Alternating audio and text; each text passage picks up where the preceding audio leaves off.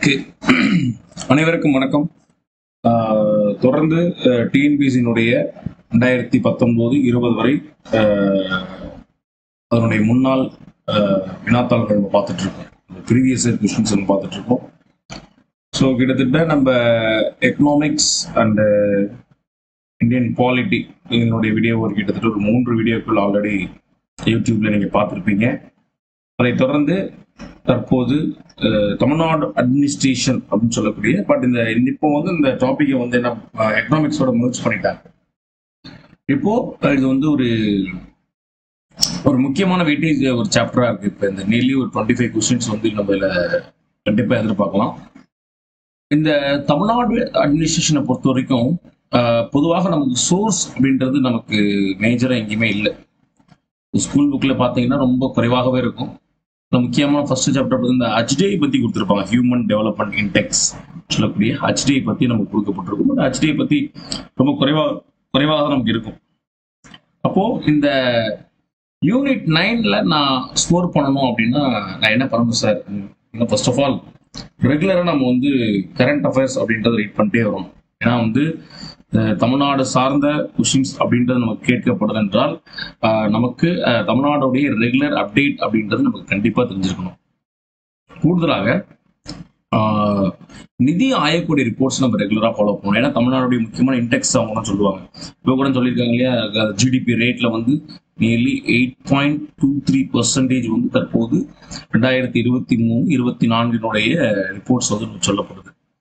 Right. அப்ப இதெல்லாம் பார்க்கும்போது எப்படி தெரியுதுன்னா, நம்ம ஒரு நல்ல ஒரு வளர்ச்சியை நோக்கி தான் போயிட்டு இருக்கோம். தமிழ்நாடு ஒரு முக்கிய வளர்ச்சியில இருக்கும். ஸோ ஆல் ஓவர் இந்தியாவில் செகண்ட் ஜிடிபி ரேட் ஸ்டேட்ல நம்ம தமிழ்நாடு இருக்கும் அப்படின்றது நமக்கு தெரிய வருது. ரைட். இப்போ தமிழ்நாடு அட்மினிஸ்ட்ரேஷனை பொறுத்த வரைக்கும் நம்ம 2019 24 வரை என்ன மாதிரியான கேள்விகள் கேட்கப்பட்டிருக்கு நம்மளுடைய டிஎன்பிசி மூலமாக, அதான் நம்ம தொடர்ச்சியா பார்ப்போம். ரொம்ப ஆல்டர்னேட்டா மாறி எல்லா சப்ஜெக்ட்டுமே நம்ம டிஸ்கஸ் பண்ண போறோம். டோட்டலா எக்ஸாம்ஸ் நமக்கு வரத்துக்குள்ள, அதாவது ஜூலை மாசம் நமக்கு எக்ஸாம் சொல்லியிருக்காங்க. அந்த எக்ஸாம்ஸ் வரத்துக்குள்ள டோட்டலா இந்த ஜிஎஸ்ல இருந்து இதுக்கப்புறம் இந்த ஜிஎஸ் மேல இருக்கக்கூடிய பயம் அப்படின்றது கம்ப்ளீட்டா நீங்கிடணும். ஸோ எல்லாருமே என்ன பண்றாங்கன்னு பாத்தீங்கன்னா, எல்லாமே படிக்கிறாங்க, எல்லாருமே லேர்ன் பண்றாங்க. அவர்களுடைய மார்க் வேரியேஷன் எங்க நடக்குது அப்படின்னா, அவர்களுடைய ஒரு ஸ்மார்ட் ஒர்க்ல தான் இந்த மார்க் வேரியேஷன் நடக்குது. ஸோ என்னைய பொறுத்தவரை ஒரு காம்படிட்டிவ் எக்ஸாம்ஸ் நம்ம ப்ரிப்பேர் பண்ணணும் அப்படின்னா ஃபர்ஸ்ட் ஆஃப் ஆல் 3 விஷயம் நமக்கு தெரியணும். ஒரு எக்ஸாம் ப்ரிப்பரேஷனுக்கு போகும்போது எந்த ஒரு கமிஷனுடைய எக்ஸாமுடைய ப்ரீவியஸ் இயர் ஒரு 5 வருஷத்துடைய கொஸ்டின் பேப்பர் நம்ம எடுத்துக்கணும். அப்படிதான் இந்த ரிசல்ட் அப்படி நமக்கு எக்ஸாக்டா வரும். 5 வருஷத்துடைய கொஸ்டின் பேப்பர் எடுத்து நம்ம ஃபர்ஸ்ட் நம்ம பார்க்கணும் என்ன ஆங்கிள் கொஸ்டின்ஸ் கேட்கறாங்க, எதை மையப்படுத்தி போறாங்க, ஒரு ஈஸியான லெவலா இருந்தா எந்த மாதிரி கொஸ்டின்ஸ் வைக்கிறாங்க, ஒரு டஃப்னஸ் லெவலா இருந்தா எந்த மாதிரி கொஸ்டின் செட் பண்றாங்க அப்படின்றது நமக்கு தெரிய வரும். அப்பதான் நமக்கு புக்கு படிக்கும் போது எதை படிக்கணும், எதை விடணும், எதை டீப்பா படிக்கணும் அப்படின்றது நமக்கு கண்டிப்பா தெரியும். சரிங்க. இப்போ இந்த தமிழ்நாடு அட்மினிஸ்ட்ரேஷனை பொறுத்த வரைக்கும் ரொம்ப குறைவான கொஸ்டின்ஸ் தான் நமக்கு இருக்கு. பட் இந்த கொஸ்டின்ஸ் பார்க்கும் போதே உங்களுக்கு எதை மையப்படுத்தி இந்த கேள்விகள் எடுக்கப்படுது அப்படின்றத நீங்க கிளாரிஃபை ஆகிக்கலாம். அதில் கண்டிப்பா நீங்க என்ன பண்ணணும், தொடர்ச்சியாக வீடியோ பார்க்கணும். உங்களுடைய நண்பர்களுக்கும் சரி, உங்களுடைய போட்டித் தேர்வுகளை ப்ரிப்பேர் பண்ணக்கூடிய மாணவர்களுக்கும் சரி, நீங்க இந்த வீடியோ என்ன பண்ணுங்க, கண்டிப்பா ஷேர் பண்ணணும். ஸோ இந்த வீடியோ நீங்கள் இதற்கு முன்னால டிஎன்பிசி எழுதியிருந்தாலும் சரி, இப்போ தற்போது டிஎன்பிசி ப்ரிப்பேர் பண்ணக்கூடிய மாணவராக இருந்தாலும் சரி, உங்களுக்கு கண்டிப்பா உதவும் வகையில இந்த வீடியோ இருக்கும் அப்படின்றத நான் நம்புறேன். ஸோ தொடர்ச்சியா பாருங்க. ஸோ இன்னையோடைய வீடியோவில் நான் பார்க்கக்கூடிய ஃபர்ஸ்ட் கொஸ்டின் அப்படின்னு பார்த்தீங்கன்னா, பார்ட்டி சிஸ்டம் ரொம்ப முக்கியம். இந்தியாவில் இது பொலிட்டிக்கல் பார்ட்டி அப்படின்ற ஒரு சாப்டர் நமக்கு இருக்கு இல்லையா, பொலிட்டிக்கல் பார்ட்டி அரசியல் கட்சிகள் அப்படின்றத நம்ம பார்க்குறோம். ஸோ பொதுவாக இந்தியாவில் அரசியல் கட்சிகளை பொறுத்த வரைக்கும் என்னென்னு நமக்கு தெரியும். ஒன்று நேஷனல் பார்ட்டின்னு சொல்லுவோம், அது நேஷனல் பார்ட்டி. இன்னொன்று பார்த்தீங்கன்னா ரீஜனல் பார்ட்டிஸ் சொல்லுவோம், ரீஜனல் அல்லது பிராந்திய கட்சிகள் சொல்லுவாங்க, இல்லது மாநில கட்சிகள் அப்படின்னு சொல்லுவாங்க.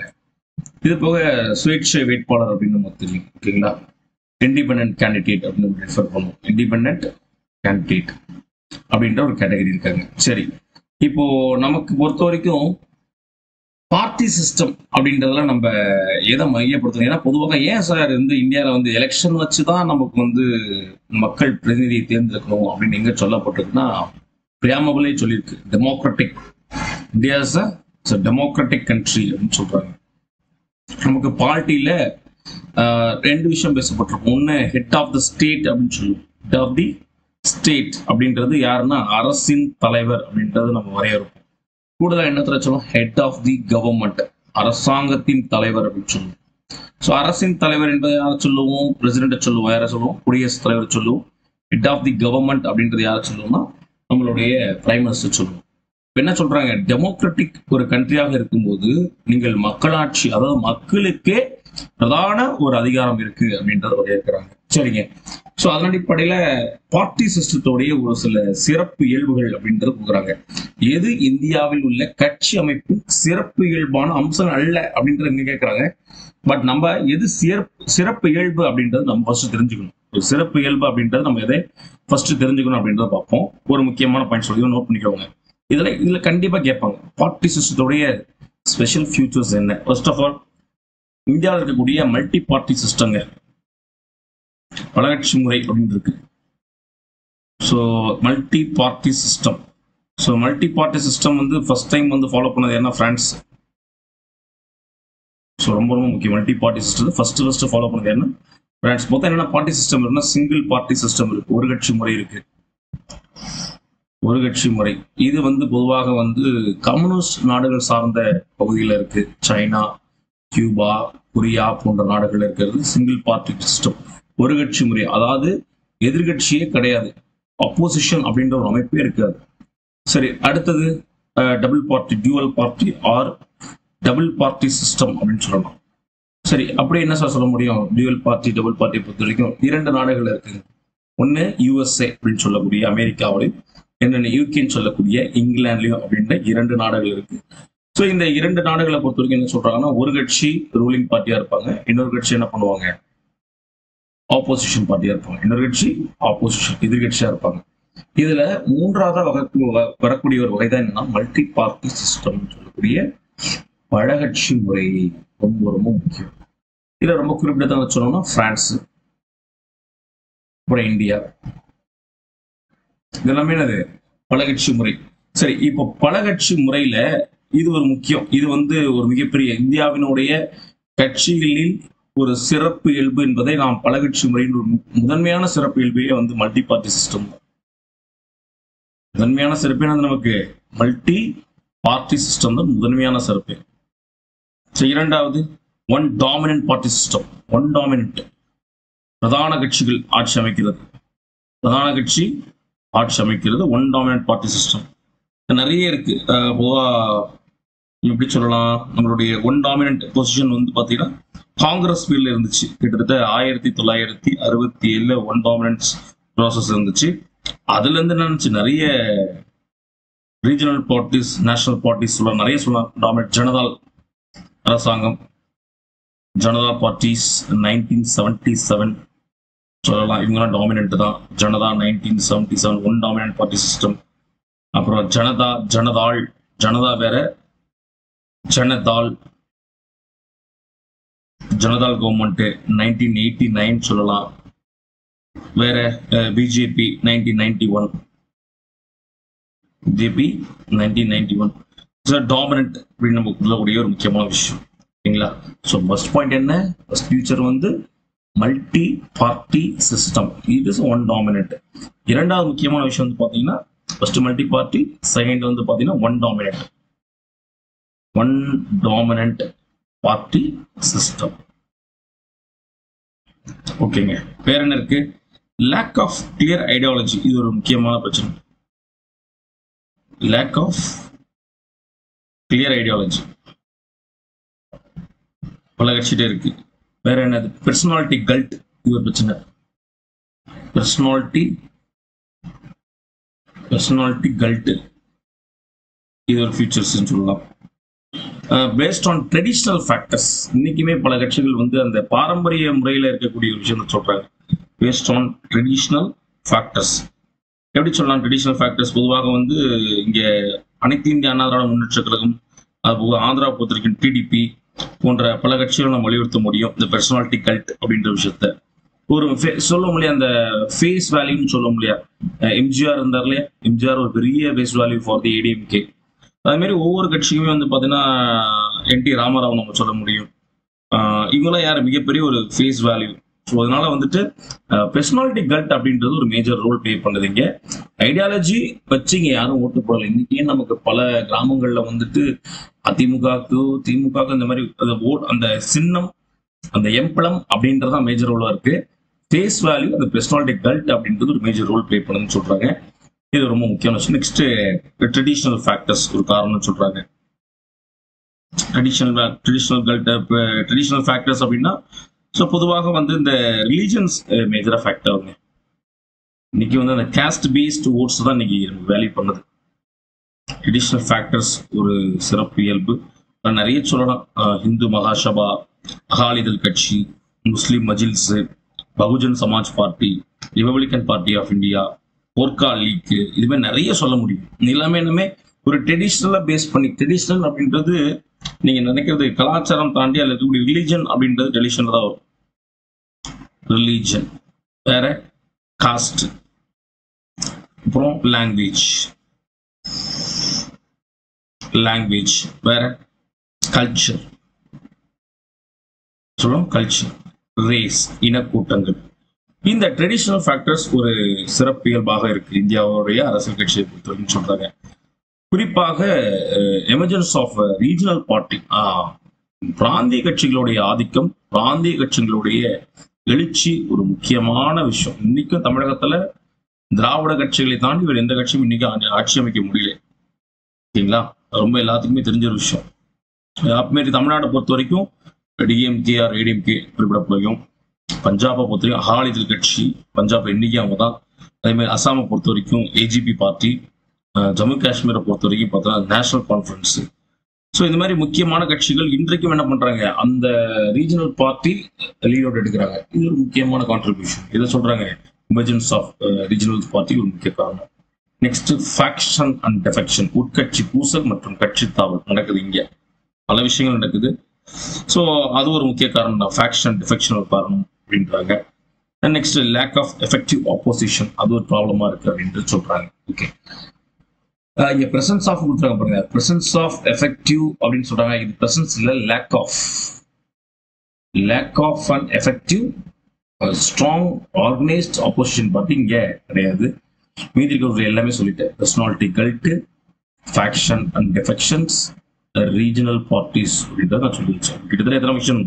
First multi party system, second one dominant party system, 3 lack of clear ideology, 4 personality cult, next traditional factor, அடுத்தது emergence of regional parties and faction defection and lack of effective opposition ஒரு முக்கிய காரணமாக இருக்கின்றத சொல்றாங்க. நமக்கு என்ன கேள்வி கேட்டிருக்காங்கன்னா, இது இந்தியாவில் உள்ள கட்சி அமைப்பின் சிறப்பியல்பான அம்சம் அல்ல. சிறப்பான அம்சம் ஒரே விஷயம் தான், அந்த பயனுள்ள வலுவான மற்றும் ஒழுங்கமைக்கப்பட்ட எதிர்கட்சி அப்படின்றது தான் பிரச்சனையே இங்க. அதுதான் இங்க ஃபியூச்சர்ஸ்ல கொண்டு வர முடியாது. ஓகேங்களா, அது வந்து ஆப்போசிஷன்ல பண்ண முடியும். பார்ட்டி சிஸ்டத்துக்கும் அதுக்கு எந்த விதமான சம்பந்தமும் கிடையாது. ஓகே, ஸோ ஃபர்ஸ்ட் கொஸ்டினை பொறுத்த வரைக்கும் நம்ம ஒரு கொஸ்டின் நம்ம டிஸ்கஸ் பண்ணும்போது அதுலயே நம்ம மொத்தத்தையும் கவர் பண்ற மாதிரி நம்ம பார்த்துக்கணும். ஓகேங்களா, ஒரு கொஸ்டின் நம்ம எடுக்கிறோம்னா அது அப்படியே டாப் டு பாட்டம் என்னென்ன வருதோ அது எல்லாத்தையும் நம்ம கவர் பண்ணிட்டா அப்படியே நமக்கு ஒவ்வொரு சப்ஜெக்டா கம்ப்ளீட் ஆயிடும். ஒரு டாபிக்கே நமக்கு கம்ப்ளீட் ஆயிடும். ஸோ அந்த டாபிக்ல உங்களுக்கு எதாவது டவுட்ஸஸ் இருந்துச்சுனாலும் நீங்க என்ன பண்ணலாம், கமெண்ட் பண்ணலாம். ஒன்றும் ப்ராப்ளம் கிடையாது. அதற்கான எக்ஸ்பிளனேஷனும் முன்னாடி கொடுக்கப்படும். ஓகேங்களா, ரைட். அடுத்தது ரொம்ப முக்கியமான கேள்வி, இந்திய மருந்துகள் மற்றும் ஹோமியோபதியை உள்ளடக்கிய சுகாதார திட்டமாகும். இது தமிழ்நாட்டில் COVID-19 தொற்று நோயை கட்டுப்படுத்தும் தடுக்கவும் உதவுகின்றன. ரொம்ப ரொம்ப முக்கியமான விஷயம் ஆரோக்கியம். இது ஐயா எடப்பாடியாருடைய பீரியட்ல கொண்டு வரப்பட்ட ரொம்ப முக்கியமான விஷயம் ஆரோக்கியம் அப்படின்ற திட்டம். இது அன்றைக்கு இருந்த தமிழக மருத்துவர்களால் தமிழ்நாட்டில் போத் கவர்மெண்ட் அண்டு பிரைவேட் ஒரு 19 நபர்கள் கொண்ட டோட்டல் 19 மெம்பர்ஸ் நினைக்கிறேன். எக்ஸாக்ட்லி இது கரெக்டா இருக்கும், 19 மெம்பர்ஸ் நினைக்கிறேன். ஒரு 19 நபர்கள் கொண்ட ஒரு குழுவால் ஏற்படுத்தப்பட்ட ஆரோக்கியம் அப்படின்ற ஒரு சித்த மருத்துவத்தை உள்ள கொண்டு வராங்க. அதாவது பாரம்பரிய மருத்துவத்தை உள்ள கொண்டு வராங்க. ஸோ அப்போ தெரியும் COVID-19 அப்போ வந்து பார்த்தோன்னா இந்த மாதிரி நிலவேம்பு கஷாயம், கபசர குடிநீர் இந்த மாதிரிலாம் கொண்டு வந்தாங்க பார்த்தீங்களா. அது என்னன்னா, இந்த ஆரோக்கியன்ற திட்டம் வந்து நீங்க முதல்ல நினைச்சிடக்கூடாது. இது வந்து ஒரு தொற்று சிகிச்சை முறை கிடையாது ஆக்சுவலி. ஓகேங்களா, ஆரோக்கியம் அப்படின்னு சிகிச்சை முறை கிடையாது. இது உடனே நீங்க சார் இது ஒரு கைண்ட் ஆஃப் COVID-19 சிகிச்சை முறைன்னு சொல்றாங்க. இது வந்து நோய் எதிர்ப்பு சக்தியை வந்து அதிகப்படுத்துவதற்காக மட்டுமே இது கொண்டு வரப்பட்டுச்சு. வேற எந்த காரணமும் கிடையாது. ஆரோக்கியம் அப்படின்ற திட்டம் வந்து நோய் எதிர்ப்பு சக்தி என்ன பண்ணணும், அதிகப்படுத்தணும். அதுக்காக மட்டும் தான் என்ன பண்ணாங்க, இந்த ஸ்கீமை அறிவித்தாங்க. இது வந்து எடப்பாடி டிவியில் 2020 இந்த ஸ்கீம் அறிமுகப்படுத்திருப்பாங்க. 2020 இந்த ஸ்கீம்ஸ் என்ன பண்ணிருப்பாங்க, அறிமுகப்படுத்திருப்பாங்க. ரொம்ப முக்கியமான திட்டம். கிட்டத்தட்ட இந்த திட்டமானது சித்த மருத்துவமான கபசர குடிநீர் மற்றும் நிலவேம்பு குடிநீர் கலக்கப்பட்ட பொடி ஒன்றை அரசாங்கம் என்ன பண்றாங்க, ஃப்ரீயா எல்லா கவர்மெண்ட் ஹாஸ்பிட்டலும் என்ன பண்ணாங்க, சேல் பண்ணாங்க. அது போக வீடுதோறும் என்ன பண்ணாங்க, வந்து இந்த மாதிரியான கபசர குடிநீரை குடிங்க, நிலவேம்பு கஷாயத்தை குடிங்கன்னு சொல்லிட்டு மருத்துவத்துறை மூலமா என்ன பண்ணாங்க, ப்ரொமோட் பண்ணாங்க. ஸோ நமக்கு கேட்கக்கூடிய கொஸ்டின் என்னன்னா, இந்திய மருந்துகள் மற்றும் ஹோமியோபதியை உள்ளடக்கிய சுகாதார திட்டமாகும். இது தமிழ்நாட்டில் COVID-19 தொற்று நோயை கட்டுப்படுத்தவும் தடுக்கவும் உதவுகின்றன என்று சொல்றா. ஆரோக்கிய திட்டம் முழுக்க முழுக்க தமிழக பாரம்பரிய ஒரு சித்த மருத்துவத்தை கொண்டு வர திட்டம் தான் இந்த ஆரோக்கியம்.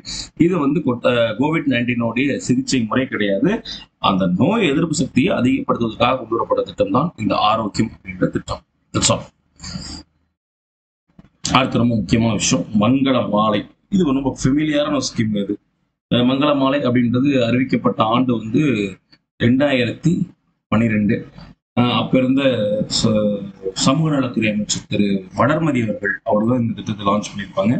2012 ஏப்ரல் மாதம் இந்த திட்டத்தை லான்ச் பண்ணாங்க. சரிங்க, இந்த திட்டத்தினுடைய முக்கியமான நோக்கம் என்னன்னு பார்த்தீங்கன்னா, அதாவது வந்து ஆதரவற்ற பெண்களுக்கான இணைகளை ஏற்படுத்துவது அல்லது ஆதரவற்ற பெண்களுக்கு திருமணம் செய்து வைப்பது, அதான் நோக்கமே. அப்ப கிட்டத்தட்ட நிறைய பெண்கள் இருக்காங்க, அரசு இல்லங்கள்ல நிறைய பெண்கள் இருக்காங்க, குழந்தைகள் காப்பகத்துல நிறைய பெண்கள் இருக்காங்க, அது மாதிரி சேவை இல்லங்கள்ல நிறைய பெண்கள் இருக்காங்க, சேவை இல்லத்துல பணிபுரியக்கூடிய நிறைய பெண்கள் இருக்காங்க. இந்த மாதிரி ஆதரவற்ற பெண்களுக்கான திருமண வாழ்க்கையை ஏற்படுத்துவதே இந்த மங்கள மாலை திட்டத்தினுடைய மிகப்பெரிய விஷயம். அன்னைக்கு 2012-13 காலகட்ட பட்ஜெட்ல மானிய கோரிக்கை, அதாவது சமூக நல மானிய கோரிக்கையில இந்த திட்டமானது அறிவிக்கப்பட்டது. அன்றைக்கு அதனுடைய அமைச்சராக இருந்தவர் திருமதி வளர்மதி அவர்கள் இருந்திருக்காங்க. ஓகேங்களா, ரைட். இப்போ நம்ம பார்த்தோம், கிளியரா தெரியுதுன்னு பார்ப்போம். ஓகே, மங்கள மாலை திட்டம் 2012-13 அறிமுகப்படுத்தப்பட்டது என்பது உண்மை, பார்த்தாச்சு. இப்பதான் அனாதை பெண்களுக்கு தகுந்த மணமகன் கிடைக்க வழிவகை செய்கிறது. ரொம்ப ரொம்ப ரொம்ப முக்கியம். மணமகளுக்கு தான் மணமகனை தேர்ந்தெடுக்கிறாங்க ஒழிய மணமகனுக்கு மணமகளை தேர்ந்தெடுக்கல. கரெக்டா கவனிக்கணும் ஸ்டேட்மெண்ட்டை. சரிங்களா, பெண்களை தான் முன்னெடுக்கிறாங்க. ஆதரவற்ற பெண்கள் தான், ஆதரவற்ற ஆண்கள் கிடையவே கிடையாது. ரொம்ப ரொம்ப முக்கியம். ரைட். அப்ப கிட்டத்தட்ட என்ன சொல்றாங்க, அனாதை பெண்கள் அப்படின்னு சொல்றாங்களே, அந்த வார்த்தையை பயன்படுத்தக்கூடாது. ஆதரவற்ற அப்படின்ற பெண்களை தான் நம்ம பயன்படுத்தணும். ஸோ இந்த மாதிரி பெண்கள் வந்து தவறான வழிகளை போயிடக்கூடாது, தவறான நபர்களை சூஸ் பண்ணி வாழ்க்கையில கஷ்டப்படக்கூடாது அப்படின்ற நோக்கத்திற்காக தான் இது தமிழக அரசால் ஏற்படுத்தப்பட்ட ஒரு முக்கியமான நல்வாழ்வு திட்டம். ஓகேங்களா, ஸோ ரொம்ப ரொம்ப ரொம்ப முக்கியம். அதனால மங்கள மாலை திட்டம் 2012-13 அறிமுகப்படுத்தப்பட்டது. அனாதை பெண்களுக்கு தகுந்த மணமகன் கிடைக்க வழிவகை செய்கிறது என்பது உண்மையே. அதன் அடிப்படையில் both A and R2 R is the correct explanation of A. So option Bombay. ஓகேவா, ரைட். So அடுத்தது, Tamil Nadu gross domestic product has grown at the rate of %% for the year 2000 assessment year 2022-23 as the against India's GDP growth rate of 7.24% during the same period, nearly 8.19%. 2022-23 ஆண்டிற்கான தமிழ்நாட்டின் மொத்த மாநில உள்நாட்டு உற்பத்தி GSDP சொல்லக்கூடிய cross state domestic product அதே காலகட்டத்தில் இந்தியாவின் ஜிடிபி வளர்ச்சி விகிதமாக 7.24% எதிராக 8.19% என்பதே உண்மைதான். அதில் எந்த விதமான தவறும் கிடையாது. பட் இப்போ தற்போது தமிழகத்தினுடைய பெர்சன்டேஜ் அப்படின்றத பார்த்தா நியர்லி பார்த்தீங்கன்னா 8.24%. ஓகேங்களா, தமிழகத்தினுடைய தற்போதனுடைய பெர்சன்டேஜ் அப்படின்னு 8.24% ஆர் 8.23%. ஓகேங்களா, ஸோ கிட்டத்தட்ட செகண்ட் ஜிடிபி அப்படின்னு இந்தியாவிலே வந்து செகண்ட் ஸ்டேட் ஜிடிபியில செகண்ட் ஸ்டேட் என்ன இருக்கும், தமிழ்நாடு இருக்கிறாங்க. அதே மாதிரி வந்து தனித்திறன் மேம்பாடுல வந்து தமிழகம் முதலிடம், ரொம்ப முக்கியம். தனித்திறன் மேம்பாடுல தமிழகம் முதலிடமா இருக்கிறாங்க. ஸோ இதோடைய டாலர்ல சொல்லணும்னா, ருப்பியில சொல்லணும்னா நியர்லி $27.22 trillion. 23-22ல ஓகேங்களா. ஸோ பெர்சன்டேஜில் கேட்டால் 8.23 ஆர் 8.24%. இது வந்து 2022-23ல 8.19%. ஓகே, இது கண்டிப்பாக தெரிஞ்சிருக்கணும். ஆல் ஓவர் இதில் வந்துட்டு மேஜராக வந்துட்டு இந்தியா லெவலில் எத்தனாவது ஜிடிபி ஸ்டேட் வந்து பார்த்தீங்கன்னா செகண்ட் ஸ்டேட். ஃபர்ஸ்ட் யாருன்னு பார்த்தா மகாராஷ்டிரா. ஃபர்ஸ்ட் மகாராஷ்டிரா, அதுக்கப்புறம் தான் குஜராத், அதுக்கப்புறம் உத்தரப்பிரதேஷ் வருவாங்க. ஓகேங்களா. ஸோ இதுக்கு முக்கிய காரணம் என்னன்னு பார்த்தீங்கன்னா, மேஜராக வந்து தமிழ்நாட்டினுடைய லெதர் கான்ட்ரிபியூஷன் ஒரு முக்கிய காரணம் சொல்றாங்க.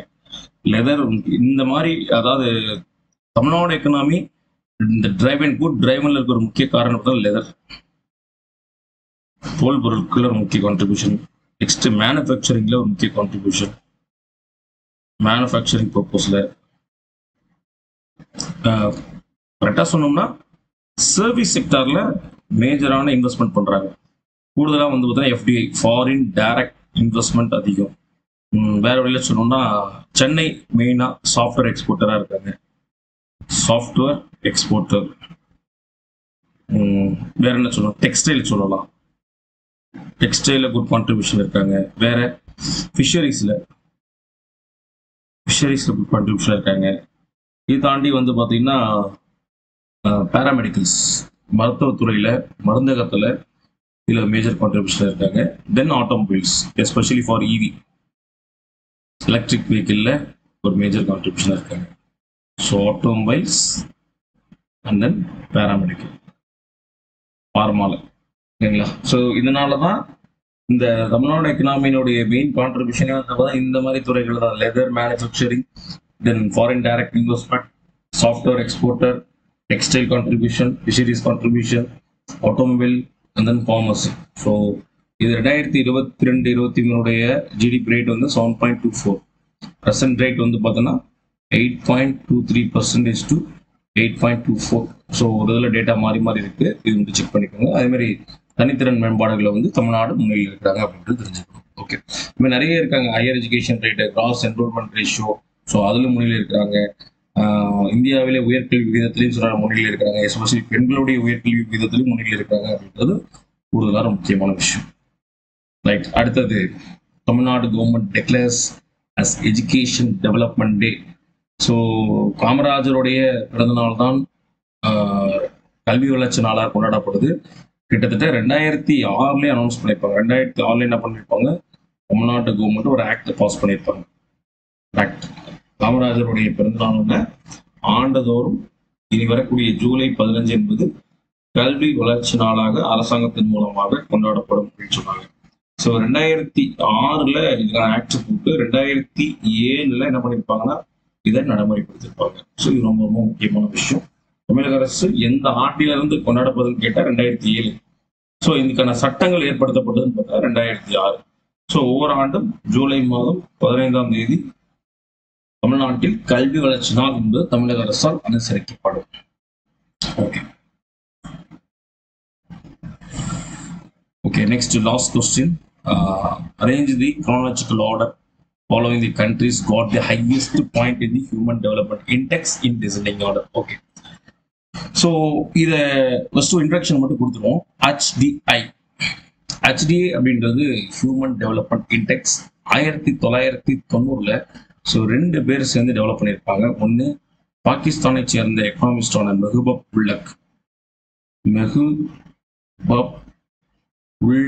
ஹக் அவரும், அதே மாதிரி இந்தியாவை சேர்ந்த வந்து பார்த்தீங்கன்னா இந்தியாவை சேர்ந்த அமர்த்தியா சென் 2 பேரும் சேர்ந்து டெவலப் பண்ணதான் இந்த ஹியூமன் டெவலப்மெண்ட் இண்டெக்ஸ். இப்போ HDI முன்னாடி வேற ஏதாவது இண்டெக்ஸ் இருந்துச்சா சார் நாட்டினுடைய வளர்ச்சியை கால்குலேட் பண்றதுக்குன்னு பார்த்தா PQL இருந்துச்சு. PQLன்னு சொல்லக்கூடிய physical quality of life index அப்படின்னு இருந்துச்சு. பட் இதை வந்து ஃபெயிலியர் சொல்லிட்டு அறிவிச்சிட்டாங்க. ஏன்னா இந்த PQL வந்து பாத்தீங்கன்னா பினான்சியல் கான்செப்டை பத்தி பேசவே இல்லை. பினான்சியல் சம்பந்தமாக என்ன பண்ணல, பேசல.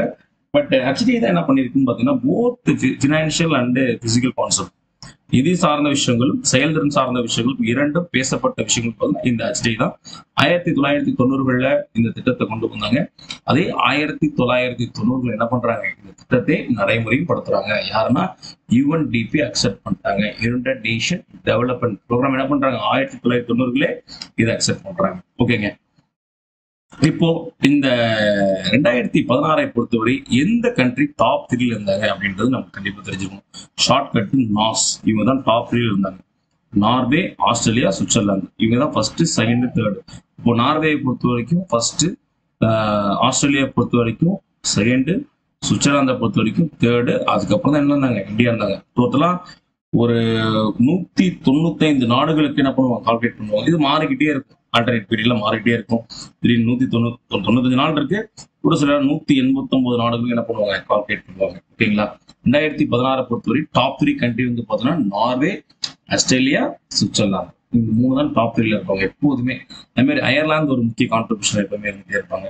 அதே மாதிரி இந்த 4 தான் மாறி மாறி மாறி வருவாங்க. நார்வே, ஆஸ்திரேலியா, சுவிட்சர்லாந்து, அல்லது இது முன்னாடி வரும், அயர்லாந்து முன்னாடி வரும், சுவிட்சர்லாந்து பின்னாடி போவாங்க. இது மாறிக்கிட்டே இருக்கும். ஓகேங்களா? அப்போ HDI அப்படின்றது ஒரு நாட்டினுடைய உண்மையான பொருளாதார மதிப்பீட்டை கணக்கீடு செய்வதற்காக கொண்டு வரப்பட்டதே இந்த மனித வளர்ச்சி குறியீடு 1990. அதே 1990 என்ன பண்றாங்க, ஐக்கிய நாடுகள் அமைப்பு என்ன பண்றாங்க, இதை அக்செப்ட் பண்றாங்க. சரி, யாரு சார் இதை டெவலப் பண்ணா? 2 பேர் தான் சார். ஒண்ணு அமர்த்தியா சென் சொல்லக்கூடிய இந்திய நாட்டினுடைய பொருளியலாளரும், இன்னொன்று மெஹபூப் உல்லாக்குன்னு சொல்லக்கூடிய பாகிஸ்தானை சேர்ந்த பொருளியலாளரும், 2 பேர் சேர்ந்து என்ன பண்றாங்க, இதை டெவலப் பண்றாங்க. ஓகே சார், இதுக்கான ரேஞ்ச் ரேங்க் எதா இருக்கு சார், பாயிண்ட்ஸ் எதா இருக்கு சார், இருக்கு 0 to 1. 0 to 1 இதான் அதோடைய பாயிண்ட் மதிப்பு. 0வா இருந்தா ஒஸ்ட் பெர்ஃபார்மன்ஸ், 1ஆ இருந்தா பெஸ்ட் பெர்ஃபார்மன்ஸ். ஓகேங்களா? போதும், இந்த அளவுக்கு போதுமானது. ஓகே, பட் இதுல என்ன இல்ல கொஸ்டின் எப்படி தெரியுது, இதை பொறுத்தவரை நம்ம ரெகுலரா இதோட இன்டெக்ஸை ஃபாலோ பண்ணிக்கிட்டே இருக்கணும் அப்படின்னு தெரியுது. சரி, இந்த இன்டெக்ஸை யார் சார் கால்குலேட் பண்ணி நமக்கு வெளியிடுறாங்கன்னா, நம்மளுடைய நிதி ஆயோக் என்ன பண்ணுவாங்க, ஒவ்வொரு தடவையும் ஸ்டேட் வைஸ் மாநில வாரியாகவும் நேஷனல் மத்திய வாரியாகவும் கூடுதலாக தேவைப்பட்டா டிஸ்ட்ரிக்ட் வைஸும் வெளியிடலாம், மாவட்ட வாரியாகவும் என்ன பண்ணலாம், இதுக்கான ரிப்போர்ட்ஸை வெளியிடலாம். ஓகே, ஸோ கிட்டத்தட்ட இந்த வீடியோவில் நம்ம ஒரு 6 கொஸ்டின்ஸ் கொஞ்சம் டீப்பாகவே பார்த்துருப்போம் அப்படின்றத நினைக்கிறேன். மீண்டும் அடுத்த ஒரு வீடியோக்குள்ள தொடர்ச்சியான கொஸ்டின்ஸை நம்ம பார்ப்போம். ஸோ உங்கள்கிட்ட இருந்து நாங்கள் எதிர்பார்க்கறது தொடர்ந்து வீடியோ பாருங்க. உங்களுக்கு ஏதேனும் சந்தேகங்கள் இருந்தாலும் நீங்கள் கமெண்ட் பண்ணலாம். ஸோ மீண்டும் உங்களிருந்து விடைபெறுவது உங்கள் அருண்ராஜ். நன்றி, வணக்கம்.